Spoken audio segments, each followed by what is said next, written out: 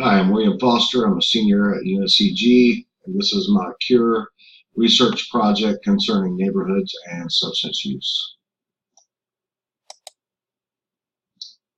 Module 3 of the HEA 447 course introduced me to the importance of housing as it relates to income, social status, and health.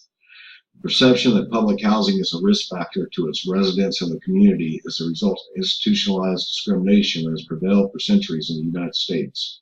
One of the latest manifestations of this prejudice is the call for drug testing residents of public housing.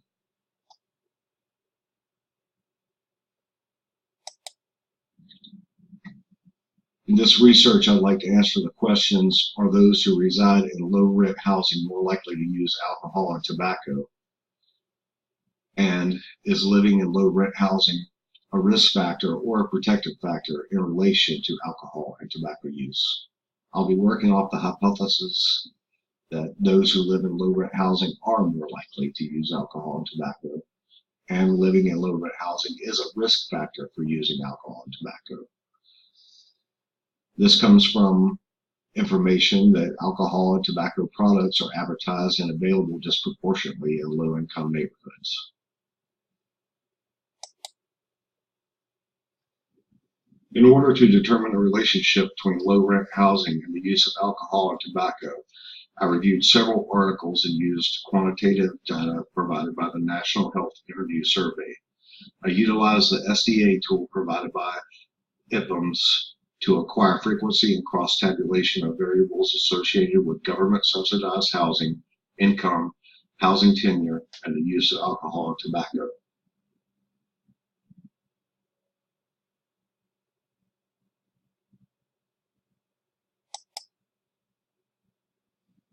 I was surprised to find that despite the inordinate amount of advertising for alcohol and tobacco, rates for alcohol use for those living in low-rent government-subsidized housing were lower than those who did not receive government assistance.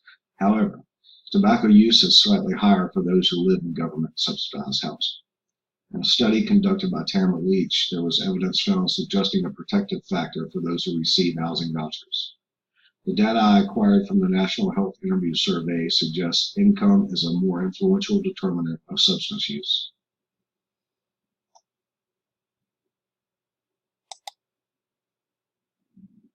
These tables reflect the percentages of alcohol and tobacco users in low-rent government-subsidized housing programs.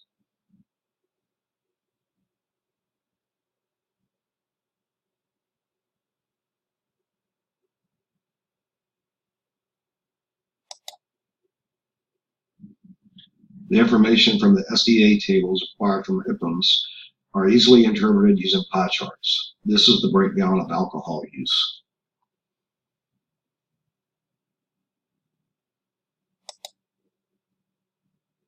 This slide shows a slightly higher prevalence of tobacco use in public housing.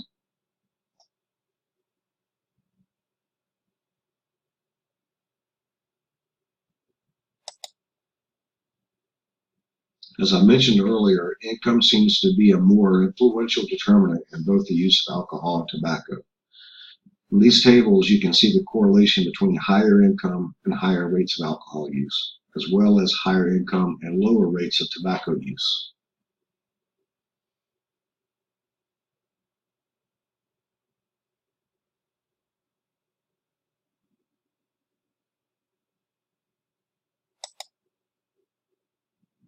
The use of alcohol is clearly skewed towards higher income.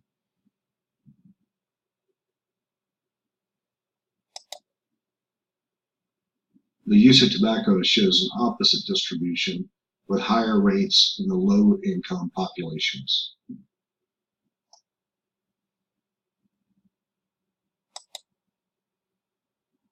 Alcohol and tobacco use is similarly distributed according to housing tenure, another indicator that income influences substance use.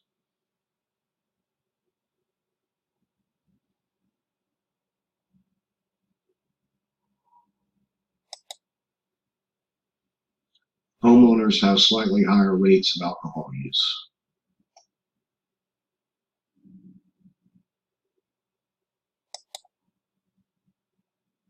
Those who rent their homes show a higher rate of tobacco use.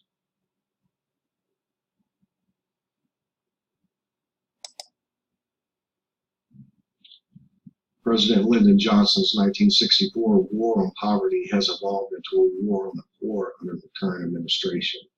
And there is a substantial proportion of the American public who are misguided in their perceptions of poverty and those who require government assistance with food and housing. The not in my backyard viewpoint of public housing comes from a systemic campaign of discrimination that has fostered a class system in America throughout the 20th and into the 21st century. Public housing is perceived to lower property values, increase crime rates, and be a general blight on the community. Efforts to curb the prevalence of tobacco use in low-income communities must combat the overwhelming barrage of advertisement that tobacco manufacturers unleash on these communities. There's an expression, it's expensive being poor, and the hardships associated with poverty may tend to keep some populations addicted to tobacco. The current narrative in our culture that demonizes those who live in housing projects needs to change. There is a great need for affordable housing in the United States, and these housing projects may in fact be an opportunity to intervene in the hardships that affect the most at-risk populations. This could be viewed as a protective factor for many concerning substance use.